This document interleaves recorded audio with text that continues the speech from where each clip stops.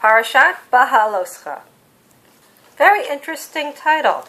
Beha'Aloscha et hanerot el mol pnei hanorah ya'ir shivat hanerot.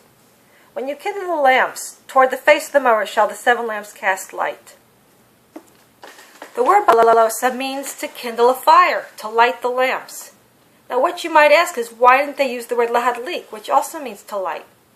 I personally think that this parsha has a section dedicated to the rabbis, to the teachers, who give their time, give their mind, their body, and their spirit, so to speak, in their divine devotion, by teaching and trying to impart knowledge to create a foundation for intellectual freedom and independence for all of their students, so that they too can rise and celebrate life and have a wonderful experience.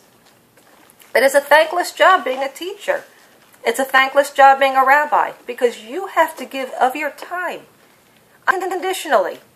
You expect nothing in return. And yet you give and you give and you give because you wish to impart knowledge. Baruch Hashem, alotcha. Baruch Hashem is at the very beginning, which is 7, which is an indirect message about, as I've said, unconditional giving. Because you yourself have to feel thankful for the opportunity to impart knowledge to others in order to even be able to impart knowledge to others. You need the attribute of patience. You have to be kind. And you have to be willing to give your time and be willing to repeat yourself. No matter what it takes, you have to be willing to give it. To give someone that uplift, that aliyah, alotcha, you're uplifting.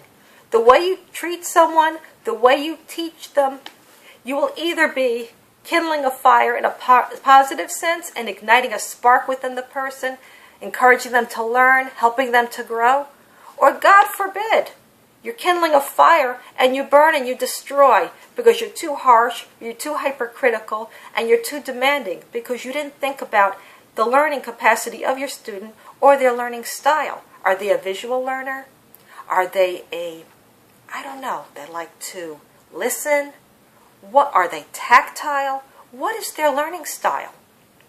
When you are a teacher, you really have to get to know each and every one of your students, and you have to take into consideration their capabilities and their learning styles, and you have to stimulate them to grow. You have to ignite that spark within each and every individual. If you have the ability to ignite a spark and take your time and, so to speak, fan those flames of intellect and spread it, you in fact will create a beautiful light for the world to enjoy. But if you don't have time and you don't have patience, then as quickly as you can fan the flames and spread beautiful light, you will put out and you will extinguish a soul. For a person is compared to a fire. A person is a light. And as I've said, if you're willing to nurture that light, it will grow and it can do very nicely. But if you don't have time and you don't have patience and you don't have that enthusiasm to help the person, then instead of being a creative force, you are a destructive force. Beha'Aloscha, the aliyah. Each and every one of us has the capability to help somebody rise or to, God forbid, pull them down.